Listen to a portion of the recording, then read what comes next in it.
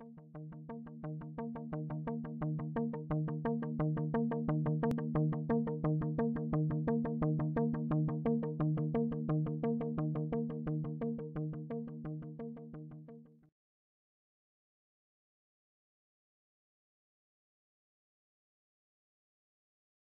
guys, Jonathan here with FNP Wargamers.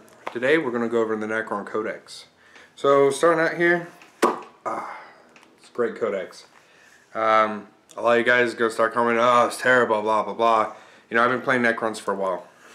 And it's about time we got an upgrade. Not to mention that flying out the book, there's a lot of really cool art. And you know, going through the codex, I'm going to start off here with building your army. Now, the Necron Decreeing Detachment is great. Basically, how you can build your list. It's a whole setup. It's a force org for the Necrons. It's actually a lot different than the normal force orgs, and I think the upgrades to it and the benefits from it are amazing. Personally. You know, going through the codex, I'm just going to skim it. But a lot of things got nerfed, I know. And a lot of things got really upgraded. Some things even became viable. Like Orican the Diviner, he was pointless to bring. I mean, he's actually a great warlord to have now. He's fantastic. He's got quite a beefy upgrade here. And you know, he's actually pretty good. I'm going to probably start running him in my army more often. You know, things got bumped up. The Catacomb Command Barge got bumped up quite a few points. But, you know, you're running the Overlord in it, and it comes with a few more bonuses, and, you know, overall, I think it's a great, viable thing to bring. So some of the things that did get nerfed, that I don't think are very good is, the Satan shards, they got a huge bump in points, and you know, not too much with their upgrade in their profile either. So here's the Satans. You got both of them here. I never actually ran the Deceiver, but you know, as far as I know, the point bump and everything else, you know, it's really just to bring probably for a fun game, not too much competitive. The Canapta Scarabs, that is the biggest thing for me. They got a huge point increase. They, you see here, they went up to 60 points.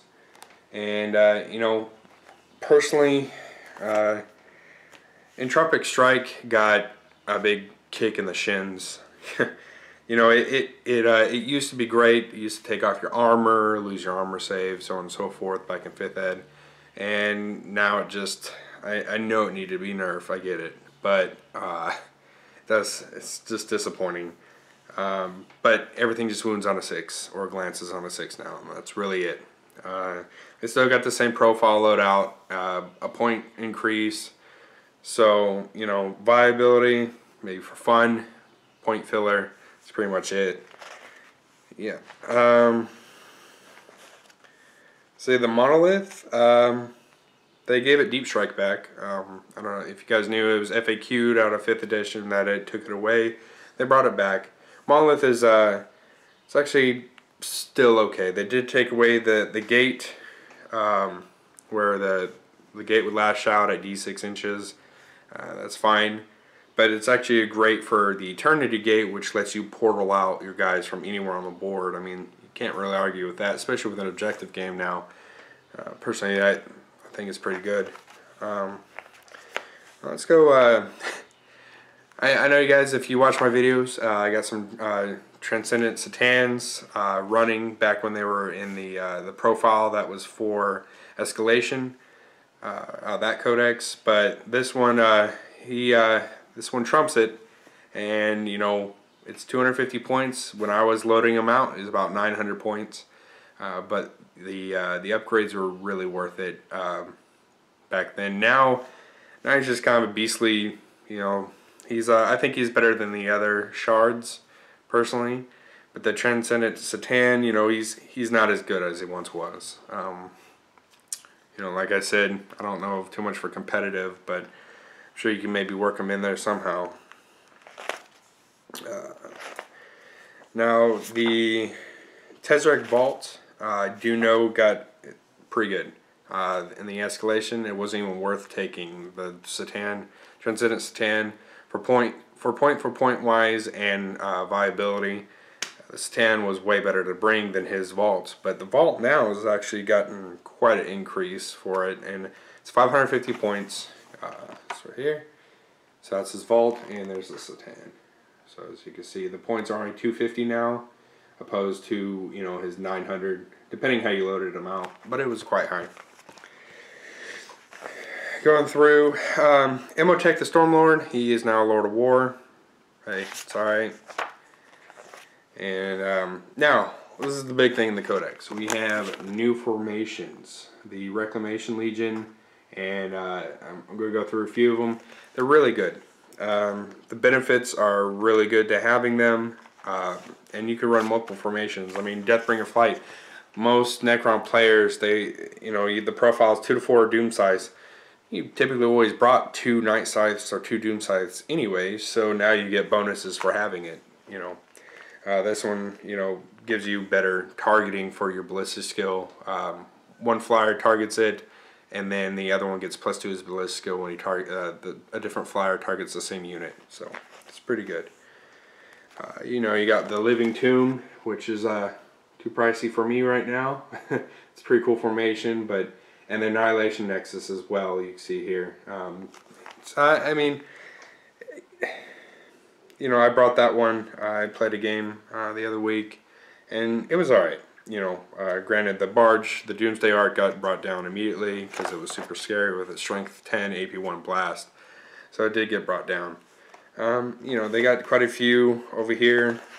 One of the other big things, one thing I want to cover is the Mind Shackle Scarabs for the Overlords and such.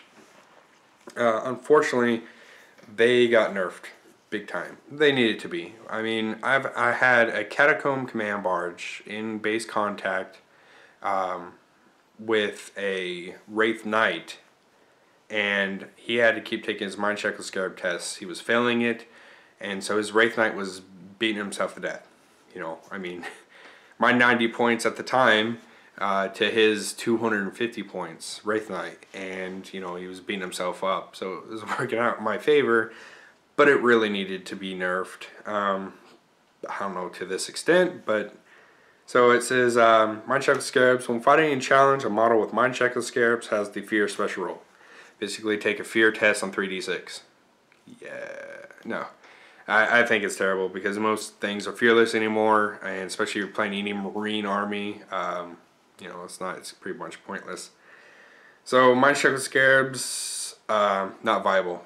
In my opinion, not viable at all. They're not worth bringing, so I wouldn't waste the points. We did get some artifacts, pretty good.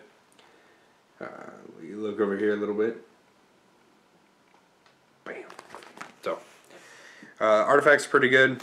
Hit or miss. Some are good. The Void Reaper, which is a 30-point increase. It's kind of like a scythe, but it gives you +2 to strength. It's AP2. It has Armor Bane, Flesh Bane, and it's master crafted. It is two-handed, but you know, it's pretty decent. Can't really argue with it. So my overall view of the Necron Codex is it's good.